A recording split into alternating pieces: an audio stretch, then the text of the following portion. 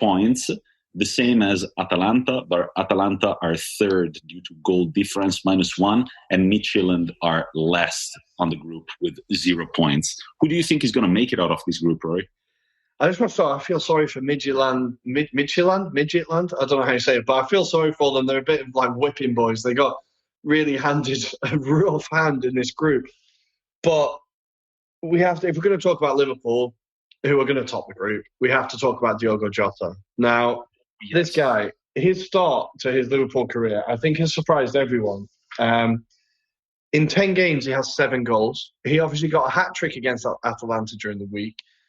And for the first time, it looks like there's someone to challenge that front three of Liverpool.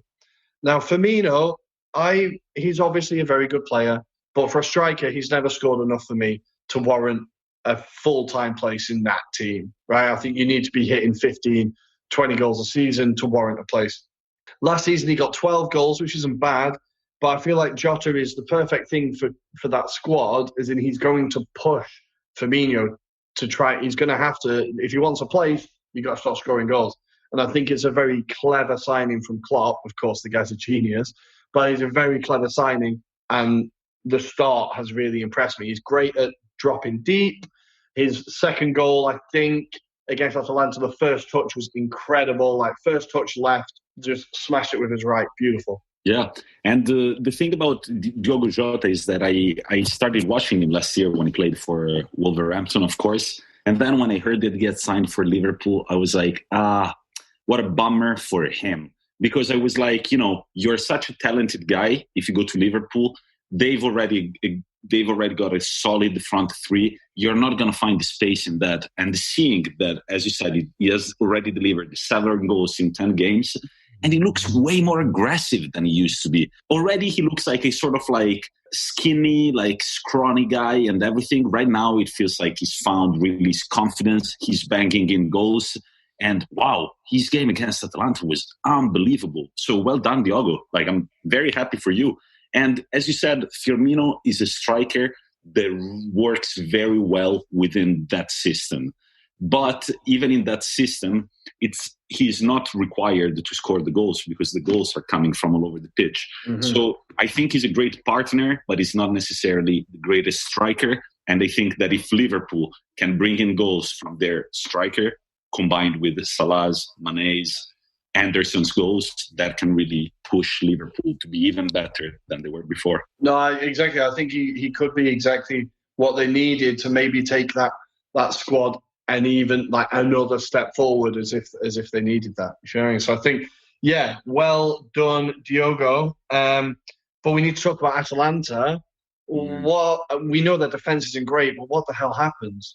Well, as I read on Twitter, there was this guy ripping on Atalanta. It was clearly a comment bait. He said, "What the fuck are Atalanta doing in the Champions League?" And Rory rightfully stepped in and said, "Shut up, mate. Just watch the Serie A and shut the fuck up." But then I can only bite my tongue so much. Exactly. But then I went on the comments, and one that was kind of sharp, but it was right in my opinion, said that Atalanta are a very good team, but once a better team figures them out, they just let the floodgates open. Yeah. That happened with City last year. They were in the same group as City. Their first leg in Manchester was a total debacle. Yeah. I believe they lost 5-1 or something, or 6-1. And then on the return leg, it was different. But this year, you see Liverpool figured them out, 5-0. I'm not surprised. Who are Atalanta playing this weekend in the Serie A? Inter Milan, which are a team that is no better than them and has never figured them out. So it will definitely not be a 5-0 from... That'll be the confidence boost they need, I'm sure. Yeah. Exactly. Yeah, all right. Don't want to think about that still. So I think, however, I've got to say one more thing about Atalanta. Did you see that crossbar? I mean, it wasn't even the crossbar. In Italian, we call it the sette, the number 7. I hit the corner, yeah. Yeah, the corner of the woodwork. Oh, my God. They're already 5-0 down. He steers with his left, takes the aim, shoots a curled up shot to the woodwork, and it just bounces back out. That would have been one of the best goals in the Champions League. I can guarantee you.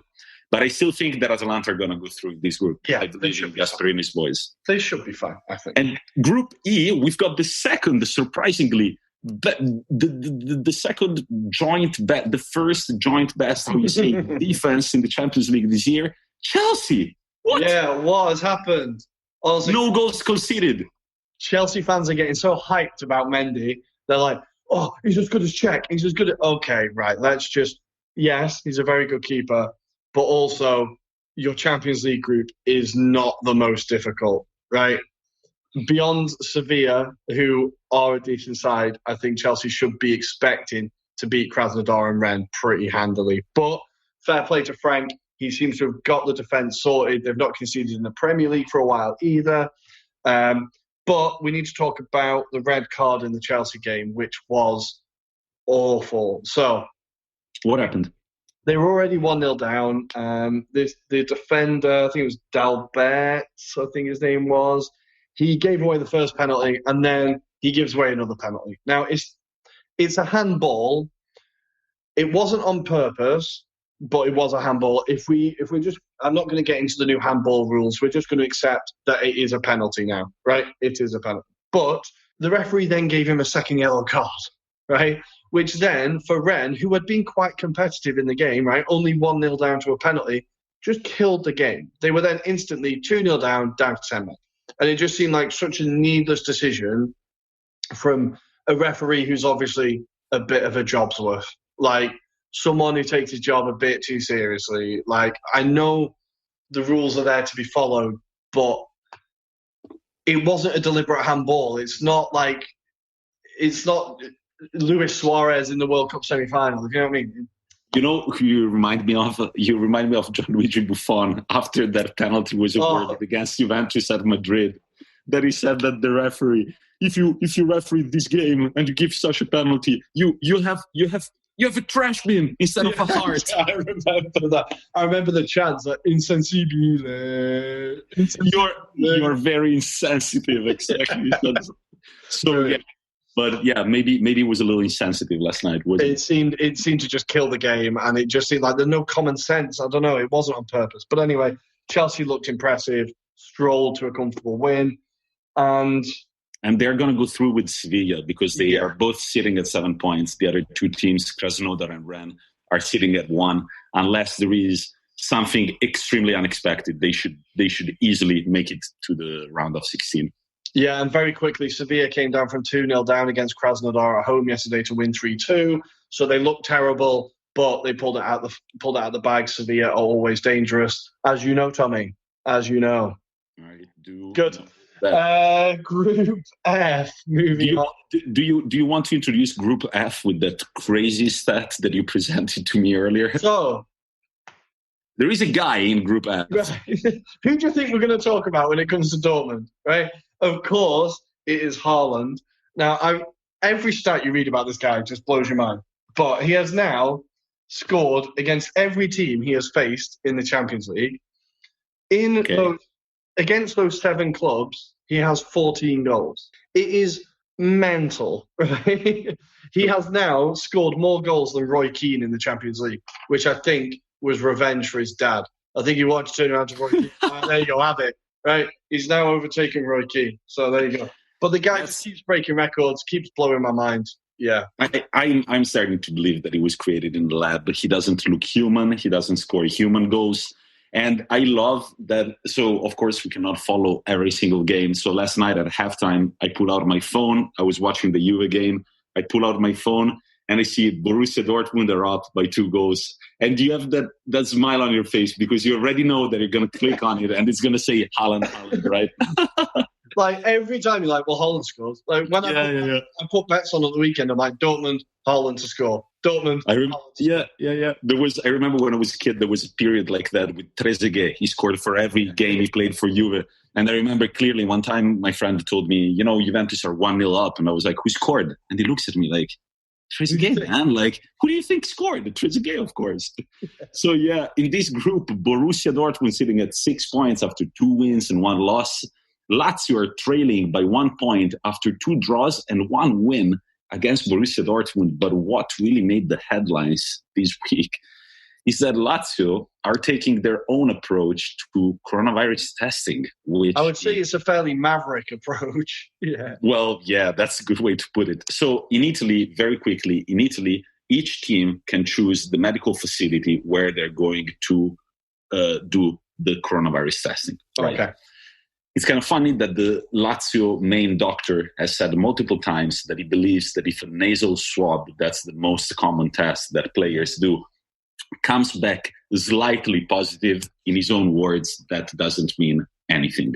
So what came out is that Lazio players who tested positive in the UEFA medical facilities are still playing in the Serie A. So right now, there is an inquiry going on about, so how is it possible that they tested positive, that they tested negative in Serie A, and then they tested positive for the Champions League? So there is an investigation going on, but if they were to find out that Lazio has been playing players who tested positive without telling the Italian league, that could lead to massive consequences, detracted points, relegation, or stuff like that. And rightly so, I think, right? There's the one thing you can do in this period is, look, we are lucky to be able to watch and have football on, right? The last thing we need is some team trying to get that little competitive edge and possibly getting football cancelled for everyone. It just seems so selfish, let alone even the health ramifications that can come from a decision like this. You look at the Genoa when they had an outbreak, they didn't know if they could field a team. You're playing with people's health, right? This isn't on. Yeah. And lots of this funny thing that if Immobile is one of the players that tested negative apparently in Serie A and was positive for the UCL game, whenever Immobile is injured or he's got some problems, Lazio are like, well, Immobile is out. Well, man, figure it out. Immobile is not the only player you have in your team. And then you have a squad, right? You have this idea of a squad. Yeah. And luckily, in this squad, they have Felipe Caicedo, who always comes up clutch. And last night, he came up clutch and meant 1 point for Lazio. I still think, you said that Lazio weren't going to go through. You said that Zenit were going to go through. What do you think now? Watching Zenit last night, they were so unlucky. But I think, well, they're not going through now, are they? I think probably Lazio are going to go through. But at what cost? At what cost will they go through? At what cost, exactly. So we've got two more groups to cover, Group G and Group H. In Group G, well, I mean, everybody expected Barcelona and Juventus to be sitting top of the group, and then Dinamo Kiev and Ferencváros are trailing, both sitting at only 1 point. Roy, what do you think about Juve thus far? I still don't know what their identity is. I don't know who they are. I don't know what they are. I don't know what Pirlo is. But they seem to be rolling through this group predictably, fairly easily. I've been impressed by Morata and Ronaldo. They seem to have had quite a good understanding so far. They've both set each other up for a goal. Morata has actually been in very good form for Juventus, if he could be on side more. I know I was kind of slating him when he first signed for Juventus, but he seems to have got off to quite a good start. But again, Juventus haven't been tested. In that group, they have not been tested. So I don't know how valid it is. Once they get out of the group, that's when the real tests start, I think. Yeah, I absolutely agree with you. I mean, I still watch Juve and I'm surprised by the way they play, by the players I see on the pitch. And it doesn't look like a definite team yet. The wins that they've had recently, I showed you a funny meme about Pirlo walking with an orange suit through like a junkyard. And it said Ferencváros, Dinamo Kiev, Spezia, a 3-0 win awarded by the Italian league against Naples. Like, those are the big wins that Juventus has had so far. When they did play a big team like Barcelona, they lost. When they played against Verona, they drew. So I kind of I'm excited. I'm not excited for them to win anything. I'm just excited to follow the Juventus evolution this year, because I think there is a shit ton of work to be done. And I think that Pirlo knows very well that 3 points against Frank Varosh don't mean absolutely anything. He's got a whole lot to do. And about Morata, do you remember when we had that conversation with our friends from the